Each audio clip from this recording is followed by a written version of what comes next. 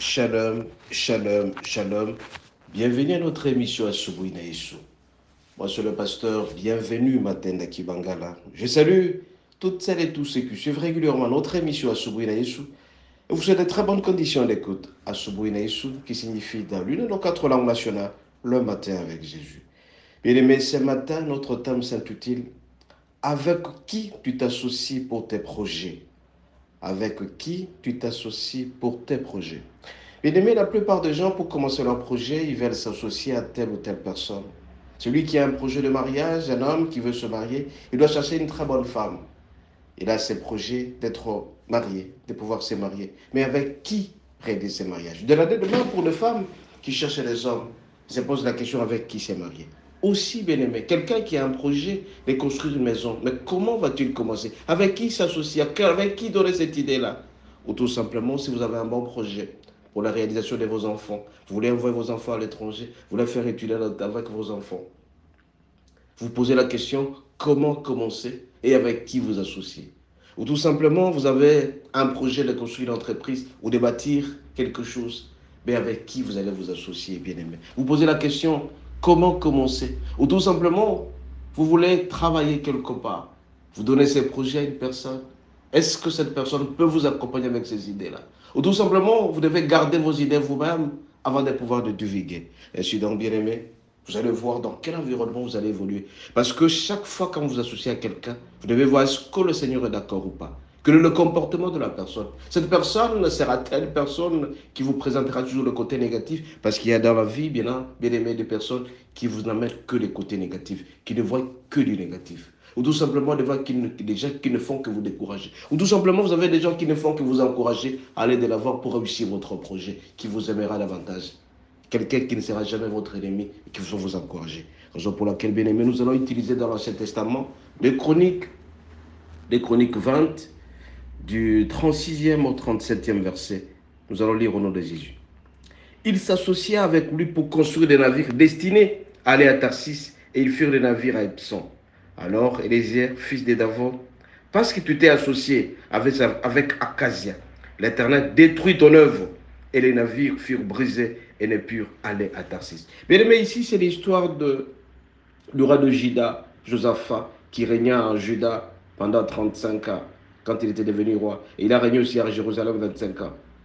Celui-là marchait dans la droite ligne et il marchait dans la voie de son père. Il se détournait de temps en temps du mal parce qu'il devait marcher pour faire plaisir au Seigneur. Mais arrivé à un certain moment, il s'est allé associer à un autre roi, le roi d'Usaïr, d'Akaz, qui n'avait pas une bonne conduite. Celui-là l'a influencé à construire des navires qui l'ont amené à la mort et qui ont fait en sorte que ce royaume puisse complètement disparaître.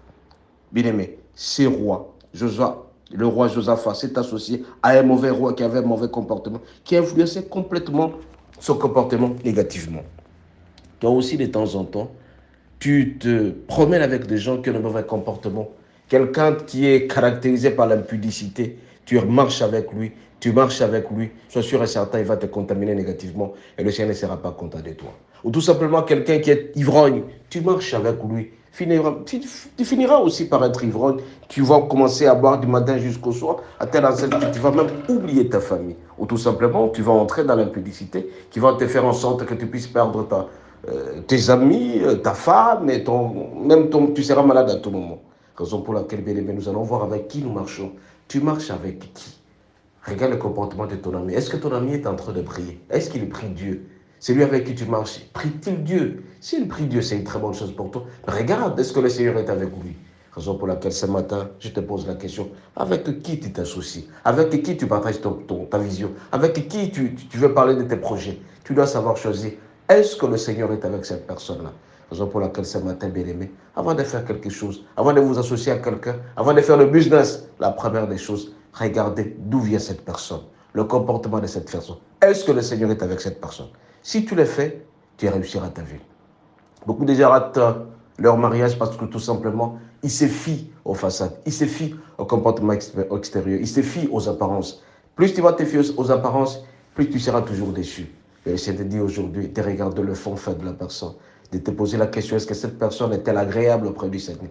A-t-elle un bon comportement ou un mauvais comportement? Si la personne a un bon comportement, tu évolues. Si la personne t'amènera de bons conseils pour réussir ton projet, tu les vois. Mais par contre, quelqu'un qui ne voit que du noir, du négatif, la peur, ah, mon frère, ma soeur, détache-toi de cette personne-là. Ou tout simplement, tu as un bon projet de mariage, regarde la femme avec qui tu vas te marier. Cette femme te portera tel bonheur, ou tout simplement viendra avec une malle de problèmes dans ta vie pour que tu puisses être découragé, dégoûté de plus en plus. Abandonne cette personne-là. Marche avec le Seigneur. Mais seuls nous sommes incapables. Il n'y a que le Saint-Esprit seul qui peut nous aider à aller de l'avant. Raison pour laquelle ce matin, je te pose la question. Dans ton ministère, pose-toi la question avec qui tu vas t'associer. Avec qui on ne s'associe pas avec n'importe qui qu'on rencontre dans la rue ou bien tout simplement qu'on est emporté par l'aspect extérieur. Faisons attention, regardons l'intérieur de la personne là. La personne qui pourra nous aider à atteindre un projet. Que ce soit un ami, que ce soit une amie, que ce soit un mari, que ce soit une femme. Celui qui nous aidera à faire plaisir au Seigneur, c'est celui-là seul avec qui nous allons nous associer. Soyez bénis et à la prochaine.